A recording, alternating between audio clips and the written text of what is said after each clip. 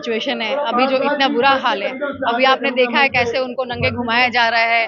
उनके यहाँ ये जो सिचुएशन है, इसके लिए मैं ये मानती हूँ कि जहाँ पे हमारे प्रधानमंत्री जी बोलते हैं कि हम पूरे विश्व में सबसे बड़े, सबसे शक्तिशाली बन रहे हैं, क्या उनकी शक्ति कम हो गई है? क्या वो अभी उनकी शक्ति इतनी कम है कि वो अपने मणिपुर को ठीक नहीं कर सकते, अपने लोगों की सुरक्षा नहीं कर सकते? मणिपुर की घटना आए हुए 2.5 महीने से ज्यादा का वक्त हो गया है। 4 दिन से संसद चल रही है और तमाम देश प्रधानमंत्री मोदी जी को सुनना चाहता है, सवाल कर रहे हैं कि आखिरकार महिलाओं के साथ कैसी घटना हुई और उस पर जवाब नहीं दे। इस पे बात करने के लिए हमारे साथ मणिपुर से लोग जुड़े हैं, उनसे सीधा सवाल करूंगी। मैम, घटना सामने आ गई, 2.5 महीने पुरानी घटना है, देश के सामने हुई। तमाम देश वाले स्तब्ध है, हैरान है, शॉक्ड है, लेकिन पीएम मोदी अभी तक उस पर कोई बात नहीं करना चाहते। संसद पूरी तरीके से डिस्टर्ब की हुई है। अगर बात नहीं करना चाहते, हम कुछ नहीं कर सकते। अगर उसने जानबूझ के बात करना चाहते, हम क्या कह सकते हैं? वो भी हमारे लीडर्स है, हम उनसे रिक्वेस्ट करते हैं कुछ तो करो शांति वापस लाने के लिए। मणिपुर का हालत 80 दिन से ज्यादा हो गया, अभी तक ज्यादा इम्प्रूव नहीं है। हर रात फायरिंग कुछ तो कुछ होता रहता है, इसलिए हमारी रिक्वेस्ट है जल्दी से जल्दी मणिपुर से शांति वापस लाए। अभी तक सीएम का इस्तीफा नहीं हुआ, आप लोग उम्मीद कर रहे थे इस्तीफा करना चाहिए उनका, अभी तक इस्तीफा नहीं लिया गया, कुछ नहीं हुआ। क्या कहेंगे इस पे? क्या जानबूझ करके ऐसी छूट दी जा रही है? मैं नहीं कुछ नहीं कह सकते, जानबूझ के किया है, नहीं तो उनके पास कोई पावर नहीं है, मैं वो नहीं कुछ नहीं कह सकते। मैं सिर्फ ये कह सकती हूँ कि ये सबके लिए अच्छा नहीं है, मेइतेई के लिए भी अच्छा नहीं है, कुकीज़ों के लिए भी अच्छा नहीं है। इस तरीका से जीना किसी के मन में इच्छा नहीं है, तो जल्दी से जल्दी शांति वापस आए। विपक्ष लगातार कोशिश कर रहा है संसद के अंदर कि प्रधानमंत्री मोदी जी जवाब दे, चर्चा हो, डिस्कशन हो, एक निकाला जाए तरीका, लेकिन वो बोल रहे हैं, भाग रहे हैं। और आपने देखा होगा संजय सिंह को वहां से सस्पेंड कर दिया गया है। ये बहुत बुरी खबर आई, संजय सिंह को डिस्क्वालीफाई किया है। हम भी बुरा मानते हैं क्योंकि ये आजादी का नेशन है, देश है, सबको सब अपना राइट के द्वारा कुछ बोलने का मौका देना चाहिए। जो भी ऐसा citizen of a country, we have the right to speak. I take one last question, very important question. Amit Shah has said that we want opposition to discuss this matter, but they are getting away. So what do you think? Why he is saying this? And the other thing वो बोल रहे हैं कि हम चाहते हैं देश के सामने सच आए। तो आपको क्या लगता है किस सच की बात कर रहे हैं? I think whether opposition or the one in party or the one in power, it doesn't matter. We have to work together, unity of our country. We have to work together, the strength to restore Manipur. It doesn't matter. You may be in opposition. It doesn't matter. You may be in power. It doesn't matter. Violence is violence. Disturbing normal life is disturbance, and rape and molestation is against any community, against any party. We all have to forget our fight, and we all have to work together, restoring normalcy in Manipur. Thank you so much for having word with us. Manipur की घटना के बाद तमाम देश की जो महिला है वो स्तब्ध है और सवाल कर रही है देश के प्रधानमंत्री मोदी जी से कि आखिरकार वो वादे, वो इरादे जो महिला सुरक्षा को लेकर के उन्होंने 2014 से अब तक किए, वो कहाँ गए? क्या उनकी कोई जमीनी हकीकत है या सिर्फ वो नारे बन करके रह गए? क्योंकि महिला सुरक्षा कहते थे कि हमारे लिए बड़ा मुद्दा है। महिला हमारे साथ में, सीधा सवाल करूंगी मैम, मणिपुर की घटना को किस तरीके से आप देखते हैं, पहले ये जानना चाहिए। देखिए, इतनी दर्दनाक सिचुएशन है, अभी जो इतना बुरा हाल है, अभी आपने देखा है कैसे उनको नंगे घुमाया जा रहा है। उनके यहाँ ये जो सिचुएशन है, इसके लिए मैं ये मानती हूँ कि जहाँ पे हमारे प्रधानमंत्री जी बोलते हैं कि हम पूरे विश्व में सबसे बड़े, सबसे शक्तिशाली बन रहे हैं, क्या उनकी शक्ति कम हो गई है?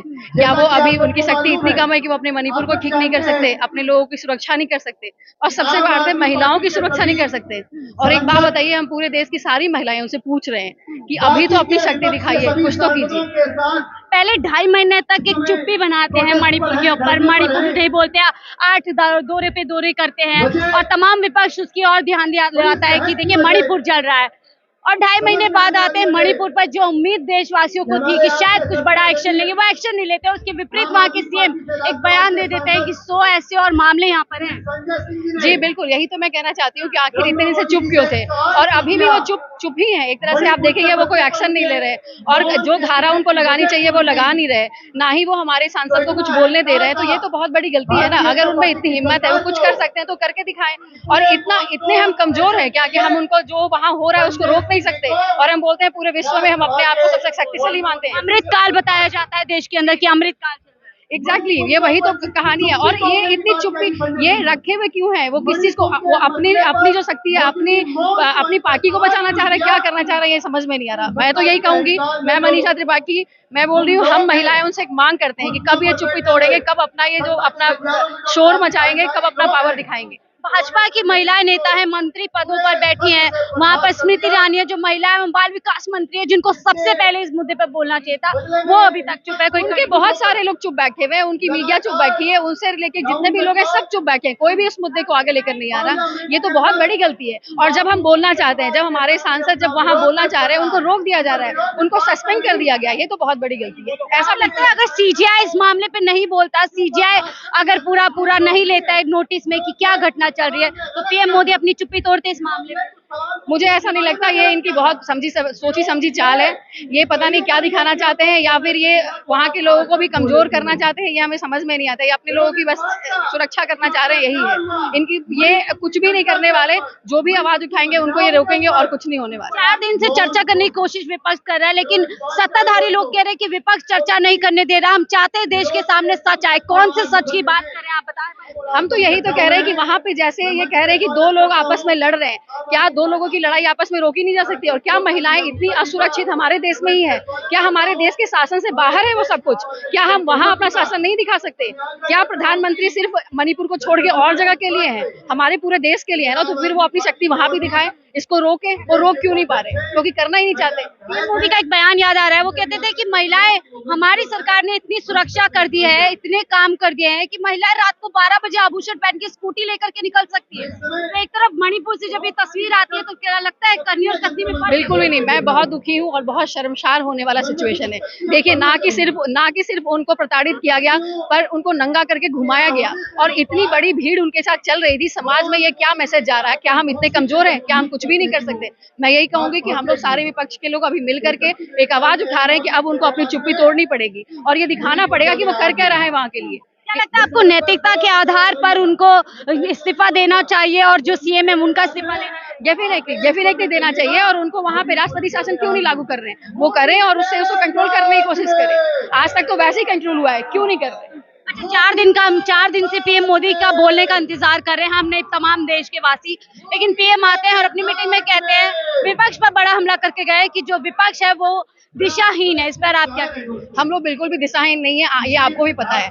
हम कोई ऐसा मांग तो कर नहीं रहे हैं जो कि किसी हमें कुछ और चाहिए, हमें सत्ता में कोई पोजीशन चाहिए। हाँ, जो हो रहा है, जो हमारी महिलाओं पे हो रहा है, जो वहाँ शासन दिख रहा है, हम तो बस अपनी सुरक्षा मांग रहे हैं। क्या अपनी सुरक्षा मांगना भी दिशाहीनता है? और हम अगर अपनी सुरक्षा मांगते हैं, ये तो हमारा राइट्स है, ये हमारा अधिकार है, और हम अपने अधिकार के लिए मांगते हैं, तो उसको विपक्ष से जोड़ते हैं। जो उनको करना है वो करते नहीं है। आखिरी सवाल लूंगी आपसे चलते चलते, हमें निर्भया कांड याद है, और जिस तरीके से निर्भया कांड पे देश एक हो गया था, शर्मसार हुआ था, और हमने देखा था सरकार गिर गई थी। लगता है कि ये वही घटना है, वही टाइम है जहां पर जो एनडीए अभी सरकार है उसको जवाबदेही बनती है और उसको कुर्सी से जो है सीधे तरीके खाली कर देती है। देखिए, निर्भया कांड तो फिर भी हम ये कह सकते हैं कि हो गया था, काफी लोगों को पता नहीं था, लेकिन ये काफी लोगों के समक्ष हुआ है, ये पूरी मीडिया के सामने आया है, और उसमें कुछ भी नहीं करती दिख रही है। तो उससे भी बड़ा चीज है, और इसमें पक्का इनको इस्तीफा देना चाहिए, और हमें पावर देना चाहिए कि हम अपने लोगों को सुरक्षित कर पाए। हमसे बात करने के लिए तो इस्तीफा देना चाहिए, यही बड़ी मांग यहाँ से निकल करके आ रही है। कुछ और यहाँ पर महिला है, उनसे भी बात करने की कोशिश करेंगे।